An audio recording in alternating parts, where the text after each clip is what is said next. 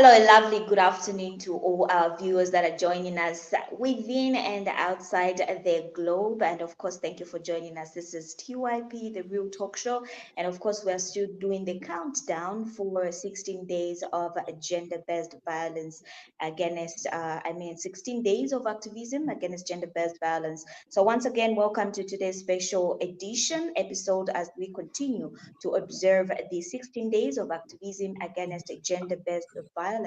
And today we are exploring a critical question: what role can the church play in preventing GBV and supporting survivors? Now, joining us on this beautiful episode as we are getting to incorporate the church in addressing GBV cases, joining me is Apostle Boston Simomba of the Christian Life Harvest Church International. And Apostle Simomba is a respected leader and advocate for social justice, and we are grateful to have him here today sharing his insight on our channel, of course, getting to educate the young people. Apostle, good afternoon. Good afternoon, and thank you so much. It's my rare honor and privilege to be on your show. Thank you so much. Well, I'm glad to have you here, and I think today I'll be more reserved because I do not want to be a victim of being prayed for. But as it stands, Apostle, could you just please give us a brief preamble about yourself, even as we get down to today's discussion? Well, I'm Apostle Reverend Boston Sika Simumba, who got involved into gender-based violence, meaning that I'm against that. So in 2015, through the Office of the DC and the government, we created an anti-GBV task force in Livingston, which was a pilot so that in the province we can create other task forces, and then also which needs to be escalated in some other provinces. And suffice to say that there are so many issues which are in the community, and we have done a lot of sensitization.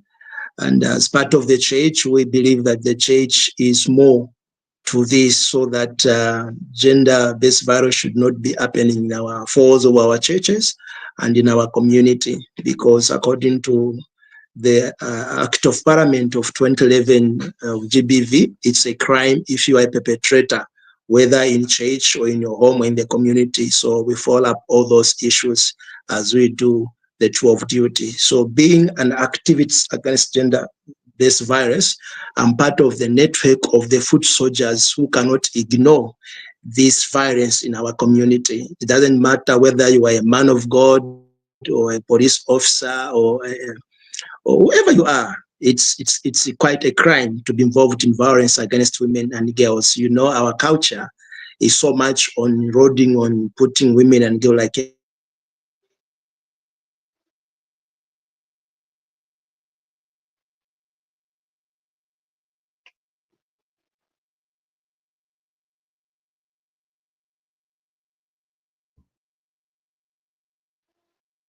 All right, there. I think, Memory, are you able to hear me? Yes. Oh, okay. I think we are stuck there with the apostle, but just so you know, if you're just joining in, this is the Real Talk Show, and today we want to hear the views of the church when it comes to gender-based violence against women, young girls, as well as the men. I think I talked about, I think when we started, was it last week when we're talking about getting involved with the males as well when it comes to gender-based violence. So if you're just joining in the Real Talk Show today, please feel free to drop in your comments and contributions, and just let's talk about what your thoughts are, even as we are on these 16 days of activism against gender-based violence. So let's get talking. Drop me your comments and contributions, and also your opinions, what you think about this particular activism against gender-based violence, and also if you are a victim, and also if you have somebody who has been through it and what has been their experience, because we all know that GBV has affected so many people, young minds. And of course, I think gender-based violence is not a chooser of age, race, no tribe. I think it goes with everyone at any appointed time. And of course, if you're not a victim, and then I'm sure if it's not you today, it might be you the next day. So In this case, I feel like, let's just talk about it. So if you're just watching, please drop down your comments and contributions, and let's talk about this in a few minutes that we have. As you may know, today's show might not be so long because we just want, when you talk too much, things don't go right. But then when we want to leave you people hanging and just know that, there's more to come even as we're getting down with this. So drop down your comments and contributions, and let's be together on the Real Talk Show as we get to find out what is the importance of GBV even to be discussed in the churches, because it's now it's part of the discussion today. And of course, don't forget the topic is the role of the church in the fight against GBV. What should churches do? Because the people who are victims of GBV are found in churches, are found on the street, they are literally everywhere. So what can the church do to make sure that GBV is addressed at every angle, even when it comes to people's spirituality? At this point, this is the point where I make my sign language interpreters get to open their mouth and talk with me. Memory, may I use your mouth and not your hands now? Okay. How are you doing once again? I'm fine. How are you? I'm good. Wow, that sounds like, we're going to be doing it in a very slow motion kind of space. But anyway, we have been doing the 16 days of activism against gender-based violence, and I think we have had a lot of, postings, a lot of people expressing what they feel about this particular day and how it has affected some of them, and also some of them are survivors and have to testify to it. What would be your take, you as a person, when it comes to GBV? Okay. So I think gender-based violence is something that is very bad, and we have to work to stop it by all means. Um, just on Monday, we actually had opened their program for gender-based violence. So I even remember hearing a testimony from someone. It was a woman. She is a survivor of gender-based violence. So her story was actually very sad because the gender violence that she had to go through was because her daughter was raped by her husband, her own father. So it was really sad to hear that story. But she said through YWCA, they actually helped her to give her counseling and advice to her and her daughter.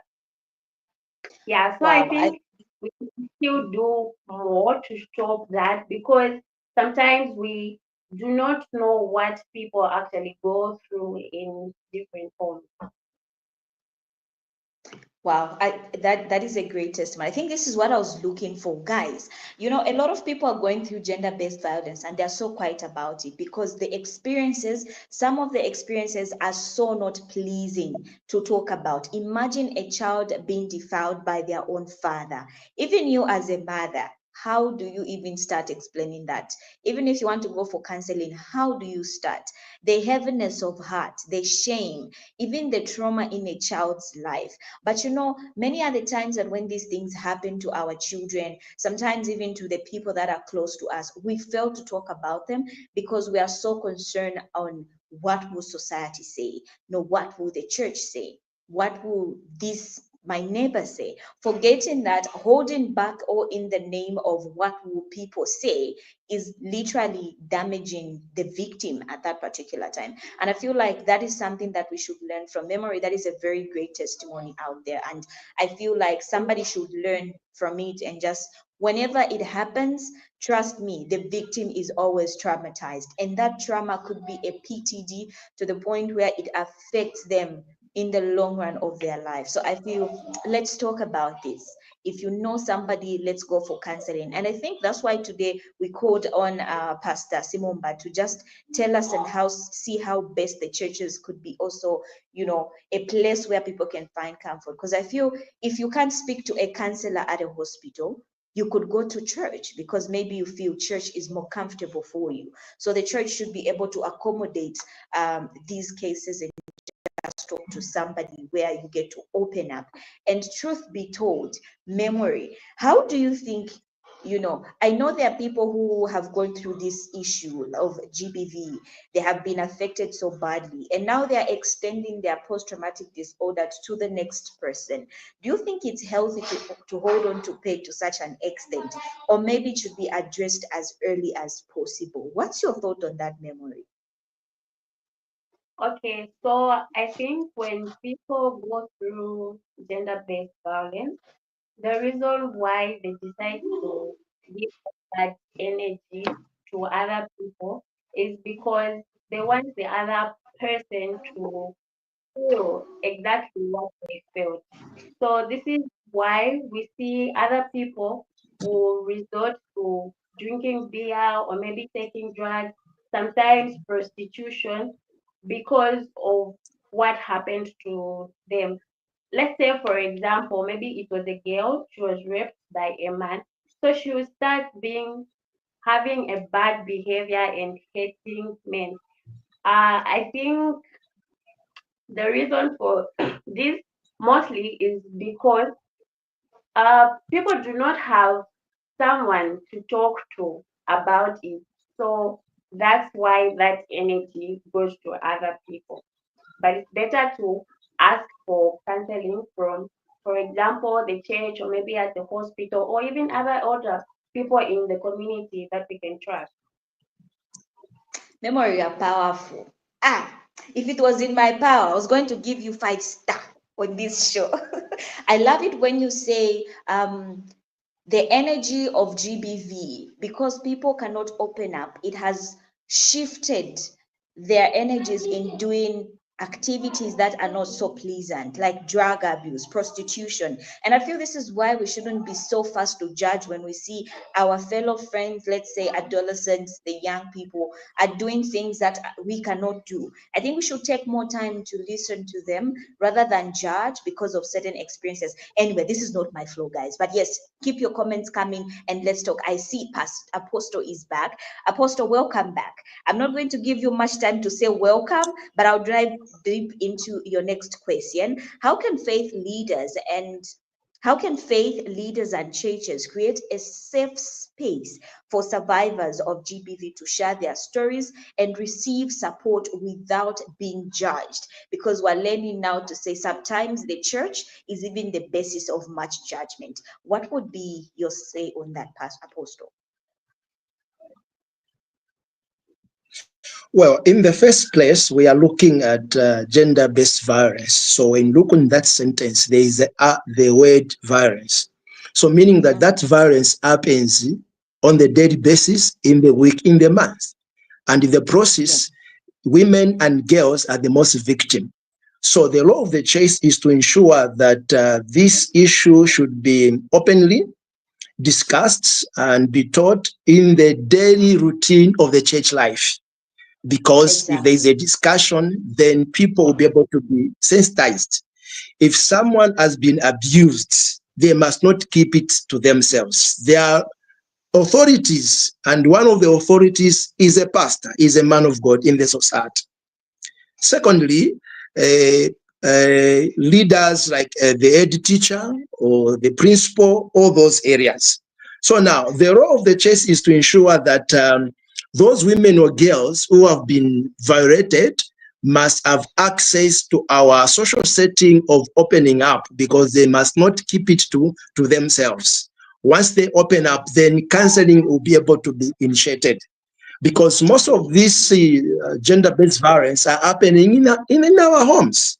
Uncle, niece, father, daughter, and all that. So now, because of that, there is a lot of stigma for women saying, if I say this happened to me, they might think I'm a naughty person, I'm a bad person. Now, because of that tag and the stigma upon this young lady or the girl, they end up being alone and being hurt. And in the long line, they may result to what Memory talked about. Either they can go into prostitution, either into drinking beer, because they don't have anyone to talk to. So as a church, we have outlined how this is supposed to happen. Because of that, there is always a time to sensitize within the confine of the church programs, because at times even the Sunday school, they are being abused in church. So that's why anyone who is handling the young people must have a memorandum of understanding that the kids must not be abused. Those at school, the preschool teachers also, those are also very delicate. So what we are saying is that the church has a better understanding to show love, because love does not keep the record of the wrongdoing.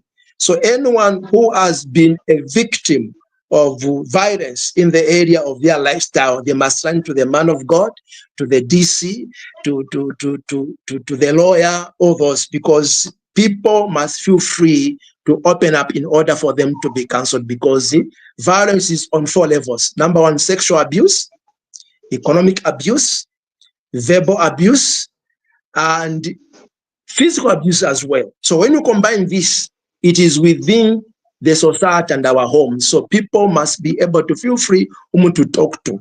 And then thereafter be able to see how the counseling will be able to be given to them. In the process, most of the girls and the women, they have ended up being raped, sexually abused, acquiring HIV. Do you understand? So there is a lot of things involved into this, which means there must be a proper way in which we have to do it. But as a church, we are making some strides, because the church works with the government. While they may fail to go to the police with victim support unity, they feel when they come to the man of God, we have got the way in which we counsel and to see how these things will be able to happen, to help and alleviate the stigma and the condemnation, which is in most cases in the society, and the church is not an exception.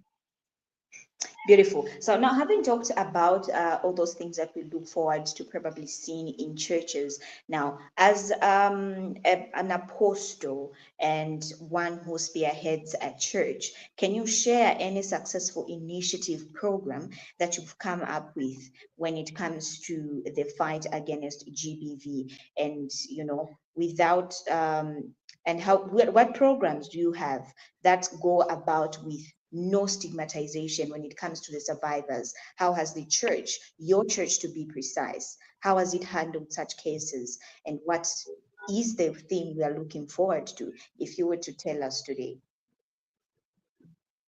Well, the task is quite great, but strides has been made, because usually when you talk about the victim and the perpetrator, you find that the perpetrator is escorted with the police and the vehicle for that. But when it comes to the victim, who is a survivor, is left all by herself or himself. So what we have done is that in 2021, we started building a safe place for the victim of gender-based violence. We haven't yet completed, but the strategy is that anyone with that kind of a report, the law of the land must be followed, so that they must have a place where they can be excluded from the relatives, excluded from the perpetrator, until the law takes its course. So I found that there are other churches as well, like the Catholics. They have got also homes where these survivors, they can be kept, and others also mental counseling as well as emotional counseling. So you find that once they open up, and then we also are able to ensure that this perpetrator must not be loosed in the community, because if he does to one and the law has not taken its course, you'll be able to do to another one. So the challenge which is there, and I'm sure other churches, they're also taking up, is a place of safety where the survivor can be helped in the area of skills, as well in the area of empowerment as well. So we collaborate with the government of the day when these survivors are there. At the time, we find that the family members are not able to provide. So you put up the resources and then see how this survivor can be helped. And more, some of them, they have been helped and they are standing on their own. Great. I think looking at the few minutes that we have, I have like 3 more questions for you, but allow me to ask this particular one. Illicit alcohol abuse, as we know, it has been common amongst the young people and is often cited as a contributing factor to GBV. What role can the church play in addressing this issue and promoting responsible behavior? Because we know that most of the young people that are involved in this are from the church. So either they are in the church or from the church. So how can the church help in addressing this issue? I'm so quick to mention that no one stayed at the church 24/7. The church members are from the community. Okay, they are from the community. They just come there for the program, maybe 2 hours or so. They go back from their homes.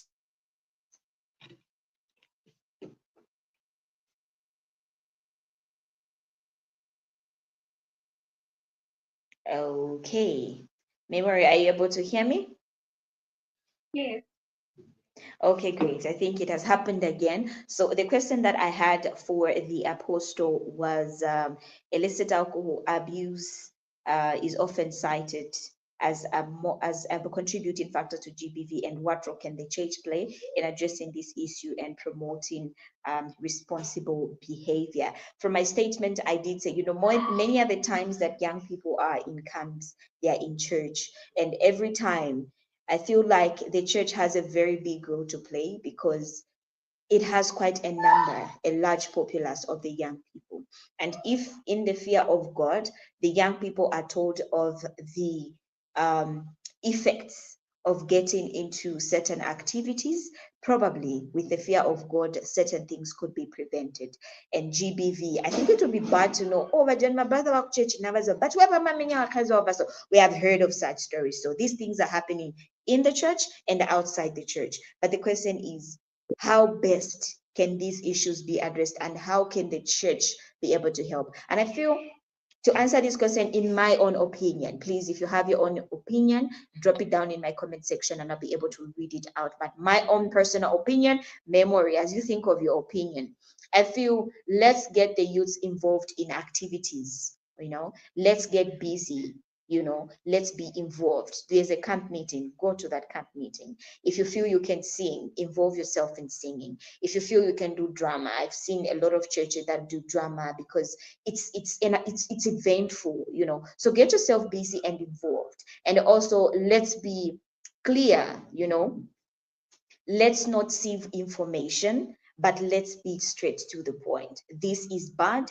cite it as it is. You drink, you're going to misbehave, you're going to abuse somebody's child, and at the end of the day, you might even rape somebody's child. It's clear. So let's just be open about it, and let's just talk about it, and let the church be our place of solace and comfort. It doesn't matter what you're going through. I think it's better to be judged than to die in pain or depression. I would rather you judge me today because you do not know where I'm coming from, but later on I feel like you understand me. Memory, what do you think? We have a few minutes, I think like 2 minutes before we get to wind up, and then I'll ask for your final opinion. But first, answer my question. What do you think the church can do to help young people in the space of fighting GBV? Okay. I think the first thing that the church can do is to create awareness about gender-based violence in church programs, like incorporating them into church programs. Then the second thing, I think we can start teaching gender-based violence from a very young age so that they can also know the dangers of gender-based violence. Then the third thing, I think it can be important for the church to actually search for survivors survivors of gender-based violence so that they can give testimonies in church. Maybe that way other people can actually feel their pain and actually feel exactly how they felt when that thing happened to them, which in some way, because we are humans, so we have feelings. So maybe that can help another person who is actually thinking about doing gender-based violence to actually stop because they'll understand it from another perspective. Which is a very good one. I think the last question that we're going to look at, Memory, you and I, is what do you believe are the key steps that churches and faith leaders can take to prevent GBV and support survivors in the years to come? So with my opinion on this, I'll start with myself. I feel church leaders, churches and faith and leaders, I think we should be less judgmental. I think sometimes People don't run to the church because they feel judged. I don't know if you have heard of the thing where people are saying, "Muchechi muli mulomo," it shouldn't be the case. I feel like the church should be a place where you find comfort. A place should be a place where you find family that you've never had. A church should be a place where you feel I have problems, I can run to, and I will be helped. So the church leaders, I think, even any elderly person in the church, let's not judge the young people. Let's not judge the victims, whether young or old, whether girl or boy. Let's not be judgmental, but let's leave judgment to God and just be there to support and help one another. And also, let's create spaces where young people and every victim, whether old, young, whichever age, whichever gender, whichever, space they're coming from, let the church accept people as they are and learn to embrace, as well as help them come out of a certain situation before they can be judgmental. Because most times, I think even the leaders contribute to what other people do. So I feel let's just be at a mutual space with everyone. Memory, what's your opinion? Okay, I think you have said many things. You said what I wanted to say.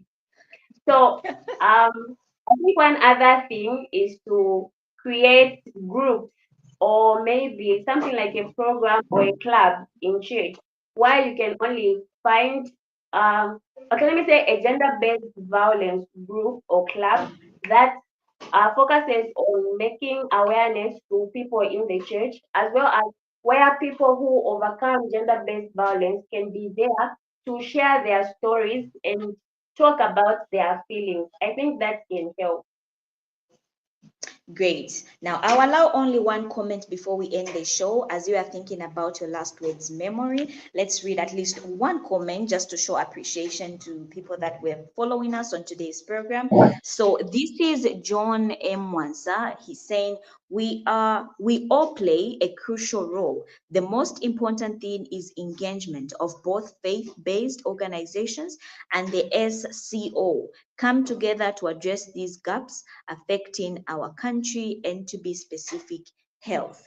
Thank you so much, John. We really appreciate for that. And I think I'll even base my conclusion on your comment. Like I said, and like John has said, let's all work together to fight GBV. It's not a once-man show. It's not a once organization show. But thank you so much to TYP who has given a platform and of course giving testimonies and every day fighting back and forth, year in, year out, trying to solve the problems and the issues of the young people. I wish that God uses this group and the team to just grow bigger and address the many challenges. I see the Apostle is back. Apostle, I'm going to give you a chance to just say your last words when it comes to today's topic as we are running out of time. Please, your last few words and encouragements to the young people and the victims of GBV, even as we go with the 16 days of gender-based violence activism. Well, my last comments would be that it's important to know that GBV can be prevented as we do the following. Number one, training programs for the professionals. And number two, rehabilitation programs for perpetrators. And number three, also campaigning to raise awareness and also to promote women empowerment, and then also involvement of men and boys, and then to ensure that adequate support for survivors of GBV and building communities that are free from violence against women and girls. So this will be a total package in which the church, the community, and the government will need to work together. Thank you so much, Apostle. In a few words, again, just before I let you go, what do you think, or what would you want to see more be done? Like we see, TYP has given the platform for this particular, space where young people are free to express themselves. What do you feel can be added to enhance the works of such organizations in the country? Well, I think what can help more, I know this coordination needs a lot of support, not only the way we come on board, but also some kind of budget allocation, money from well-wishers and also from the government, because the big percentage of the population of Zambia are the youth. So we need to target the youths, not only in the urban areas, but also in the rural areas. For this organization to go much, must go also to the rural areas. So much of it needs to be budgeted through actual parliament. Very important. That is a very great contribution, and thank you so much for being on this show today. I don't know, in 30 seconds, what are your last words to the people?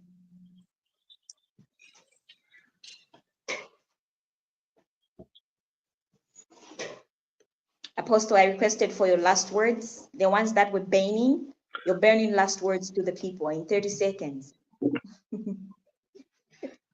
I think our homes is the best place to avoid GBV. Secondly, the schools and also the church. So these are the three areas in which this can help to reduce.